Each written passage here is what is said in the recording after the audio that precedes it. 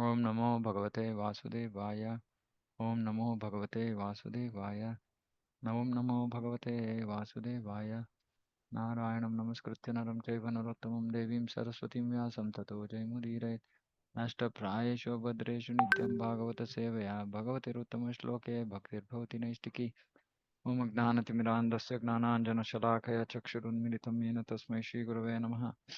Om Vishnupadaya Krishna Preshthaya Bhutale Srimate Bhakti Vedanta Swamini Namine. नमस्ते सारस्वते देवी गौरवाणी प्रचारिणे निर्विशेष शून्यवादी पाश्चात्य देश तारिणे जय श्री कृष्ण चैतन्य प्रभु नित्यानंद श्री अद्वैत गदाधर शिवासादि गौर भक्तवृंद हरे Krishna Krishna Krishna Hare Hare Hare Ram Ram Ram Hare Hare Srimad Bhagavatam Canto 5 Chapter 4 Verse 1. Okay, again prose verses continue, so I'm going to read the translation directly.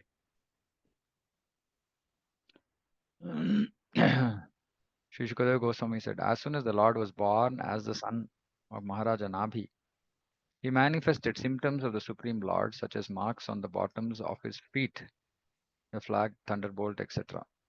This one was equal to every one and very peaceful. Equal to everyone, meaning he is seeing everybody equally.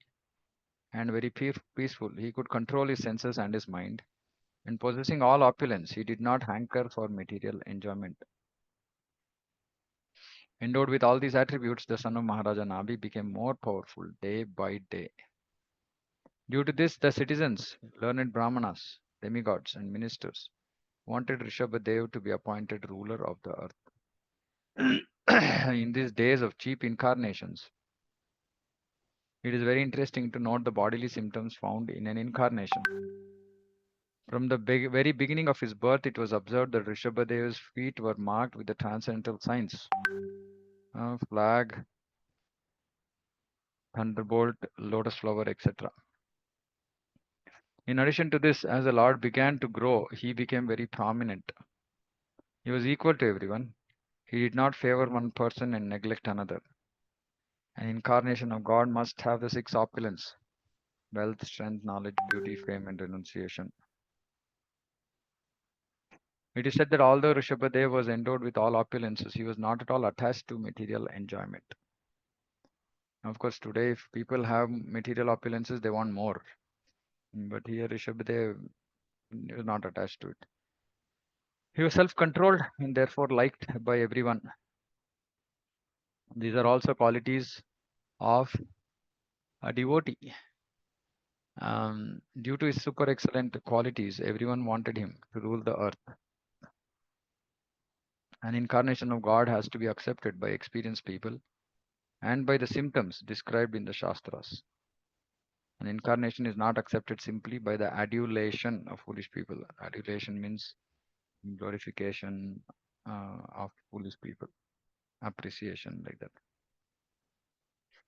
So these qualities are qualities of the Supreme Lord and also qualities of the devotee, because he's come as a incarnation, but because he's in a human form, so he also displays qualities which are also visible in his devotees, especially these: equal to everyone, peaceful, control senses and mind, did not hanker for material enjoyment. He was liked by everyone, Prabhupada said. He is also a pure devotee, likes everyone, and he is also liked by everyone.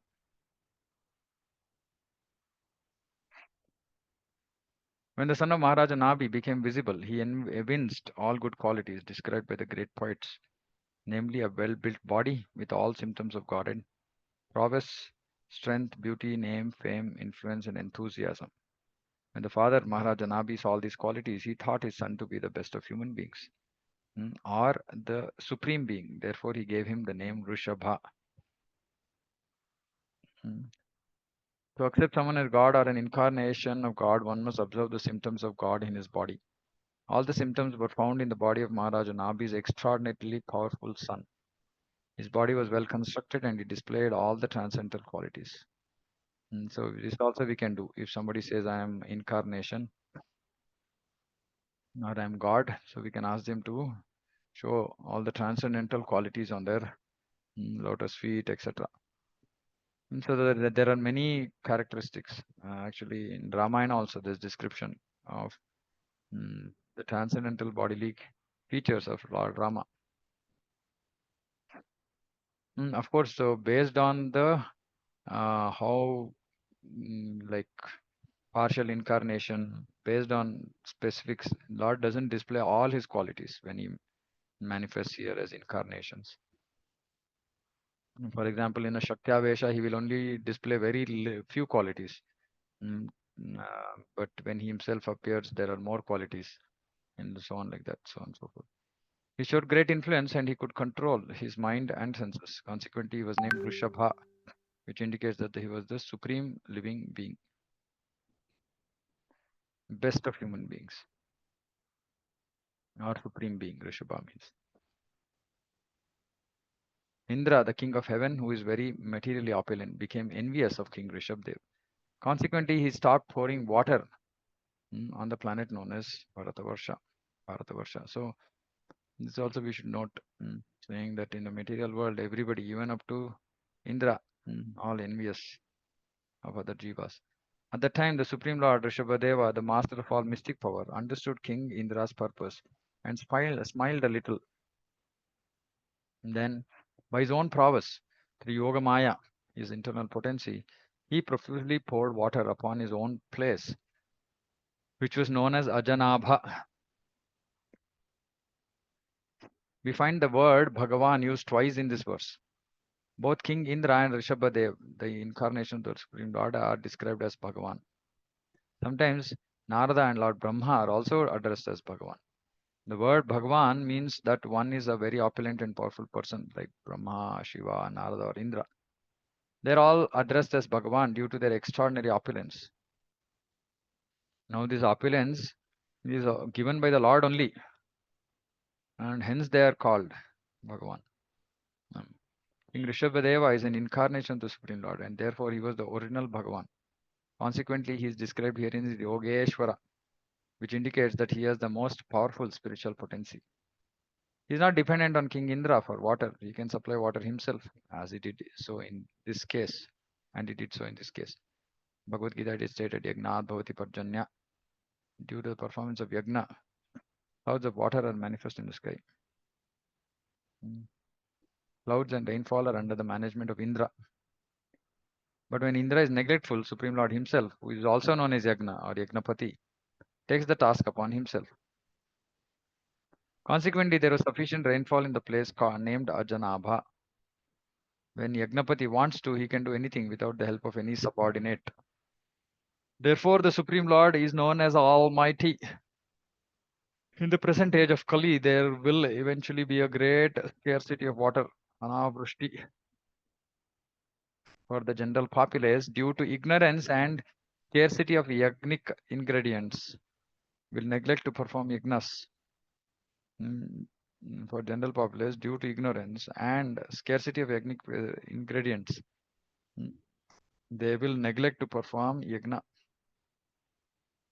Srimad Bhagavatam therefore advises yagna sankirtana prayar yajanti hi sumedhasaha.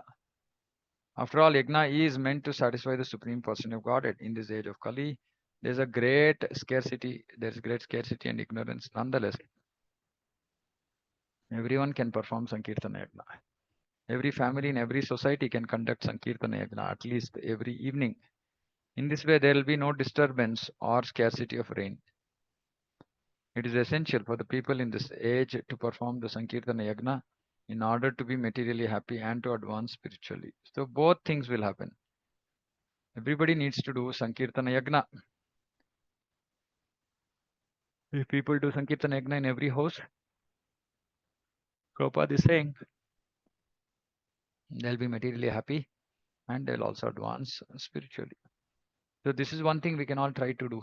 Tell others, friends and family, saying just every day, 5 minutes, 10 minutes, just come together and just chant Hare Krishna, sing Hare Krishna. That's all. That's also good enough. So you'll be materially happy and advance spiritually. And Supreme Lord has given so many different options for us in Kali Yuga. Somehow, somehow entice people to take up something. Somebody is interested in books, books. Mm, Somebody is interested in kirtan, then kirtan. Somebody is interested in prasadam, then prasadam. Like that. Due to getting a perfect son according to his desire, King Nabi was always overwhelmed with transcendental bliss and was very affectionate to his son. It was with ecstasy and a faltering voice that he addressed him, my dear son, my darling.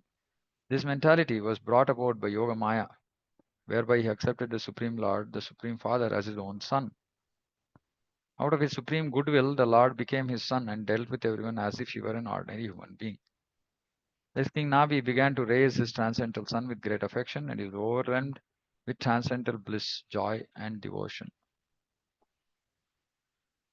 The word Maya is used in the sense of illusion. Considering the Supreme Person of Godhead to be his own son, Maharaja Nabi was certainly an illusion, but this was transcendental illusion. So there are two kinds of Maya. One which bewilders ordinary jivas, the other which bewilders Krishna's eternal associates. It's transcendental illusion. This illusion is required. Otherwise, how can one accept the Supreme Father as his son? Like Yashoda Maya forgets. Supreme Lord appears as the son of one of his devotees, just as Lord Krishna appeared as the son of Yashoda and Nanda Maharaj. These devotees could never think of their son as the Supreme Person of Godhead, for such appreciation would hamper their relationship of parental love. The thought of Krishna as Supreme Lord, how would Yashoda bind him? And how would all the sweet pastimes happen? So Krishna's Leela Shakti will make sure that his eternal associates they they are put into appropriate situation as is required for the Leela. So in this case, Yashoda and Nanda Maharaj have to forget that Krishna is the Supreme Lord. Similarly, here Maharaja Nabi is also forgetting and is treating him as his own son. King Nabi understood that his son Ṛṣabhadeva was very popular among the citizens and among government officers and ministers. Understanding the popularity of his son, Maharaja Nabi enthroned him as the emperor of the world to give protection to the general populace in terms of the Vedic religious system. To do this, he entrusted him into the hands of learned Brahmanas who could guide him in administering the government. Then Maharaja Nabi and his wife Meru Devi went to Badrikashrama in the Himalaya mountains, where the king engaged himself very expertly in austerities and penances with great jubilation. He went to Badrikashrama. That's all. Over, response to over, retire. And engage in vanaprastha. Vanaprastha means austerities and penances. And bhakti, intense bhakti. In full samadhi, he worshipped the Supreme Lord Narayana, who is Krishna in his plenary expansion. By doing so, in course of time, Maharaja Nabi was elevated to the spiritual world known as Vaikuntha. When Maharaja Nabi saw that his son Ṛṣabhadeva was popular with the general populace and the governmental servants, he chose to install on the imperial throne. So he chose to install Ṛṣabhadeva on the imperial throne. In addition, he wanted to entrust his son into the hands of the learned Brahmanas. This means that a monarch was supposed to govern strictly according to Vedic principles under the guidance of learned Brahmanas, who could advise him according to the standard Vedic scriptures like Manusmriti and similar Shastras. It is the duty of the king to rule the citizens according to Vedic principles. According to Vedic principles, society is divided into four categories: Brahmana, Kshatriya, Vaishya, Shudra, Chaturvanyamaya, Shishtam, Gunakarma, Vibhagashaha. After dividing society in this way, it is the king's duty to see that everyone executes Vedic principles according to his caste. A Brahmana must perform the duty of a Brahmana without cheating the public. It is not that one attains the name of a Brahmana without the qualifications. It is a king's duty to see that everyone engages in his occupational duty according to Vedic principles. In addition, retirement at the end of life is compulsory. See. Maharaja Nabi, although still a king, retired from family life and went with his wife to a place called Badrikashrama in the Himalayas, where the deity Naranarayana is worshipped. The words Prasanna Nipunena Tapasa indicate that king accepted all kinds of austerity very expertly and jubilantly. Prasanna, Nipunena. Prasanna is jubilantly, Nipunena is expertly. Tapasa, austerity. He did not at all mind living his comfortable life at home, although he was the emperor. Despite undergoing severe austerities and penances, he felt very pleased at Badrikashrama and did everything there expertly. In this way, being fully absorbed in Krishna consciousness, Samadhi Yoga, always thinking of Krishna, Vasudeva, Maharaj Nabi attained success at the end of life and was promoted to the spiritual world Vaikuntha Loka. See, this is the way of Vedic life. One must stop the process of repeated birth and death and return home back to Godhead. The words Tan Mahimanam Avapa are significant in this regard. Sridhar Swami says that Mahima means liberation in this life. We should act in such a way in this life that after giving up this body, we'll become liberated from the bondage of repeated birth and death. This is called Jivan Mukti. Veera Raghava Acharya states that in the Chandogya Upanishad, there are 8 symptoms of a Jivan Mukta, a person who is already liberated even when living in this body. So we can recognize devotees where they stand based on these qualities. The first symptom of one who is liberated, one so liberated, is that he is freed from all sinful activity. Apahata papa. So no sinful activities. As long as one is under the clutches of Maya and the material energy, one has to engage in sinful activity. Bhagavad Gita describes such people as dushkritinaha, which indicates that they are always engaged in sinful activity. One who is liberated in this life does not commit any sinful activities. This is not the only criteria, this is the first symptom. Sinful activity involves illicit sex, meat eating, intoxication, and gambling. Another symptom of a liberated person is vijara, which indicates that he is not subjected to the miseries of old age. Another symptom is vimrutyu. A liberated person prepares himself in such a way that he does not take on any more material bodies which are destined to die. In other words, he does not fall down again to repeated birth and death. Also, vimrutyu also can mean he doesn't have death at all, which we've also seen. Another symptom is vishoka. That means that he doesn't lament. He is callous. Vijigatsa, no longer desires material enjoyment. Apipata, no desire other than to engage in the devotional service of Krishna, his dear most pursuable Lord. Further symptom is Satyakama, that all his desires are directed to Satya, Paramasatya, Supreme Truth, Krishna. He does not want anything else. His Satya Sankalpa, whatever he desires, is fulfilled by the grace of Krishna. First of all, he does not desire anything for his material benefit. Secondly, if he desires anything at all, he simply desires to serve the Supreme Lord. That desire is fulfilled by the Lord's grace. That is called Satya Sankalpa. Srila Vishwanath Chakravarti Thakur points out that the word Mahima means returning to the spiritual world, back home, back to Vaikuntha. Srila Sukadeva says that the word Mahima means that the devotee attains the qualities of the Supreme Personality of Godhead.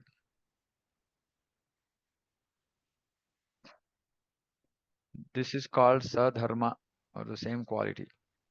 Just as Krishna is never born and never dies, his devotees who return to Godhead never die and never take birth within the material world. So very nice. So apahata papa, no sin. Vijara, no old age. Vimrityu, no death. Vishoka, no lamentation. Vichigatsa, no desire for material enjoyment. Satyakama, Apipata, no desire other than to engage in devotional service. Satyakama, all desires are directed to the Supreme Lord, Supreme Truth. Satya Sankalpa, whatever he desires is fulfilled by the Lord. Hmm. Mahima, devotee attains all qualities of the Supreme Lord. Sadharma, same quality. Called Sadharma. Mahima also means Sadharma. So we can see all great devotees in ISKCON, they all display all these qualities. So they're Jivan Mukta. So they're already free, they're already liberated. So what are they doing here? They're preaching, they're practicing devotional service, teaching how people to practice devotional service, doing devotion themselves on the platform of love, and just waiting for Lord's direction in terms of what he needs to do. That's all.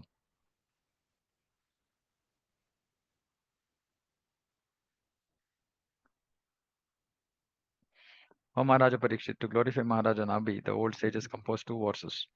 One of them is this: who can attain the perfection of Maharaja Nabi? Who can attain his activities? Because of his devotional service, the Supreme Lord agreed to become his son. Shuddhena karmana. Work is not carried out in devotional service, it is contaminated. And then it becomes ashuddha. This is shuddhena, pure activity. Ignatat karmonyatra lokoyam karma bandhanaha. Activities performed only for the satisfaction of the Supreme Lord are pure and are not contaminated by the modes. All other activities are contaminated by the modes of ignorance, passion, as well as goodness. All material activities meant for satisfying the senses are contaminated. And Maharaja Nabi did not perform anything contaminated.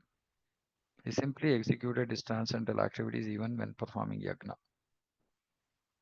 Consequently, obtained the Supreme Lord as his son. So our work also should be shuddha, meaning only for the satisfaction of the Lord.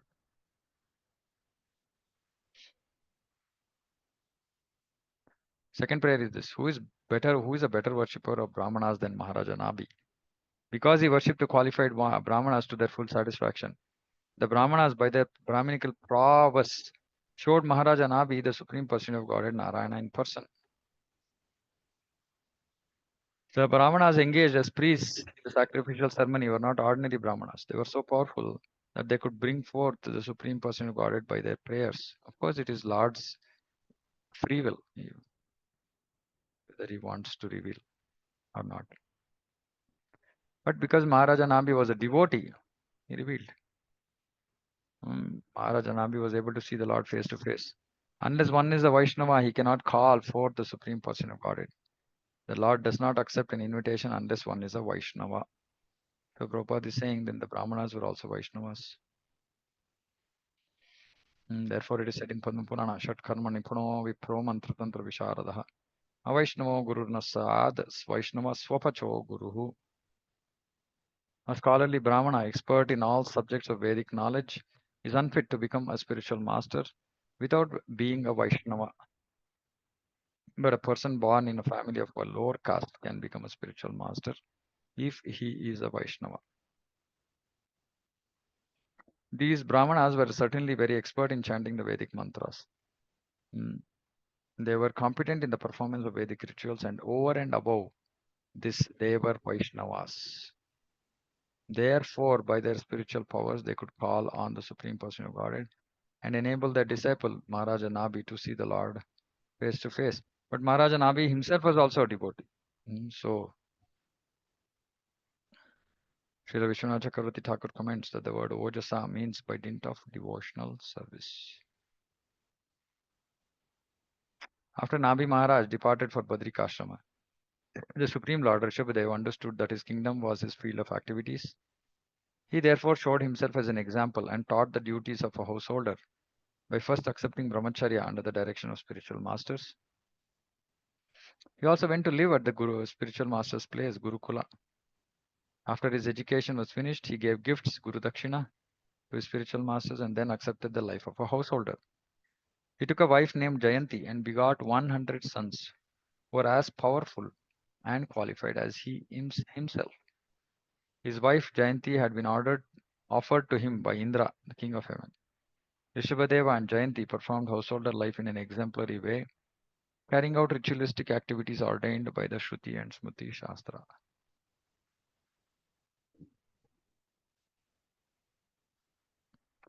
Being an incarnation of the Lord, Ṛṣabhadeva had nothing to do with material affairs.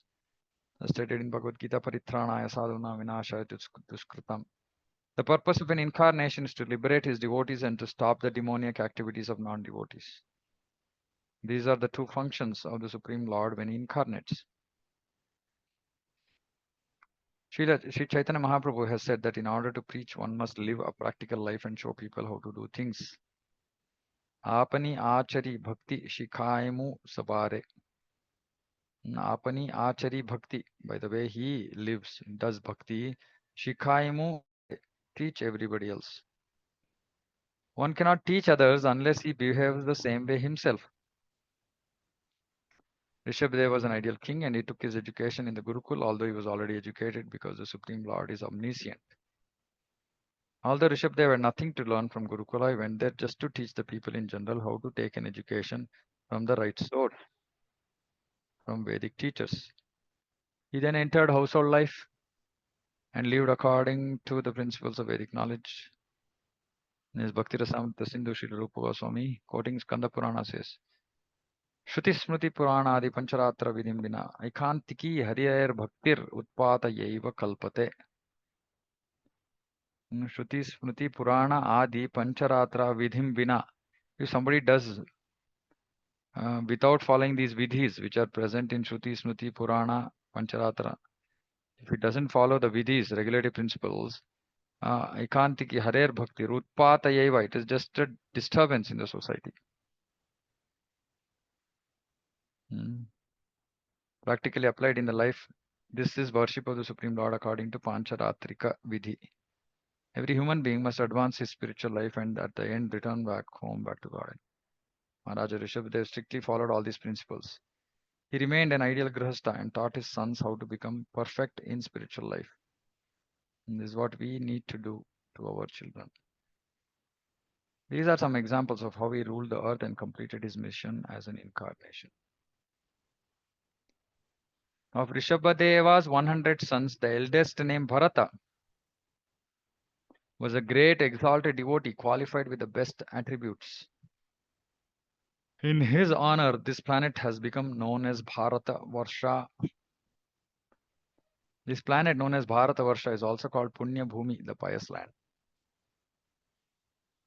At the present moment, Bharata Bhumi or Bharata Varsha is a small piece of land extending from the Himalaya mountains to Cape Comorin. Sometimes this peninsula is called Punya Bhumi. Sri Chaitanya Mahaprabhu has given special importance to the people of this land. Bharata Bhumite Hoila Manusha Janmayar. Janma Sartaka Kari Karo Paro Upakar. One who has taken his birth as a human being in the land of India, Bharata Varsha, should make his life successful and work for the benefit of all other people. The inhabitants of this piece of land are very fortunate. They can purify their existence by accepting the Krishna conscious movement and go outside Bharata Bhumi and preach this cult to benefit the whole world. This is for us. First, we have to accept the Krishna consciousness movement, and then we have to go outside Bharata Bhumi and preach this cult to benefit the whole world. And first, we have to go outside our house and preach to others. Then we can go outside India. But everybody has to preach. Okay, so it's Bharata, from whom this Bharata Varsha.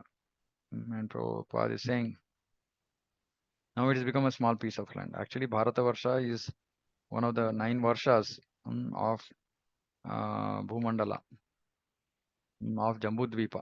Jambudvipa has 7 islands. Bhumandala has 7 islands. And one of them is, central one is Jambudvipa. In Jambudvipa, there are 9 Varshas, of which the lower southernmost part is called Bharata Varsha, which is actually the whole of the so-called world. Previously, this whole of whatever we know as the 7 continents, whatever, different continents, etc., was called Bharata Varsha. But now, because all the rest of the Bharatavarsha has become sinful, and Prabhupada is saying now it's only a small piece of land, which is India, so-called India.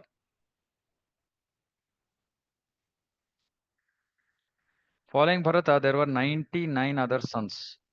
Among these were 9 elderly sons named Kusha, Vartha, Ilavarta, Brahmavarta, Malaya, Ketu, Bhadrasena, Indrasprik, Vidarbha, and Kikata. In addition to these sons were Kavi, Avi, Antariksha, Prabuddha, Ippalayana, Avirhotra, Drumila, Chamasa, and Karabhajana. Navayogendras they are called. These were all very exalted, advanced devotees and authorized preachers of Srimad Bhagavatam. These devotees were glorified due to their strong devotion to Vasudeva, the Supreme Person of Godhead. Therefore, they were very exalted. To satisfy the mind perfectly, I, Shukadeva Goswami, shall hereafter describe the characteristics of these 9 devotees when I discuss the conversation between Narada and Vasudeva. So it is going to be described later. In addition to these 19 sons, so one is Bharata, then there were 9 more who were, what did they become? They were Brahmanas? No, they were powerful. Oh, we don't know what they are. Okay, they'll say later. And then these 9 Paramahamsas, great devotees. So 19. In addition to these 19 sons mentioned, there were 81 younger sons, all born of Ṛṣabhadeva and Jayanti.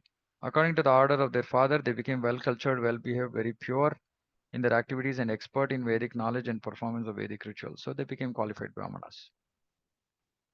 So the other 9 were actually Kshatriyas, the first 9.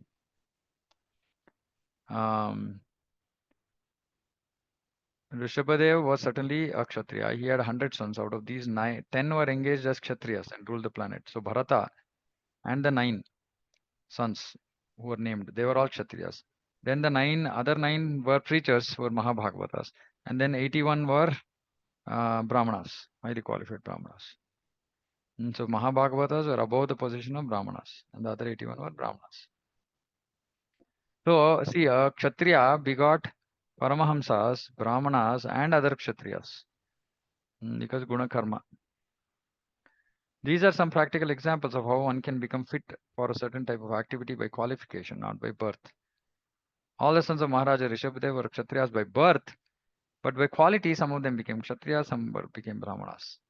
9 became Mahabhagavatas, Bhagavata Dharma Darshanaha, which means that they were above the categories of Kshatriya and Brahmana. Okay, I think we'll stop here. Any comments, questions?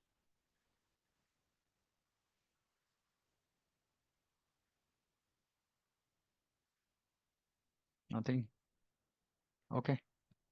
We close here. Srimad Bhagavatam ki jai, Jagat Guru Srila Prabhupada ki jai, Vancha Kalpatarubhyascha Kripa Sindhubhyo cha Patithanam Pavanebhyo Vaishnavebhyo Namo Namah.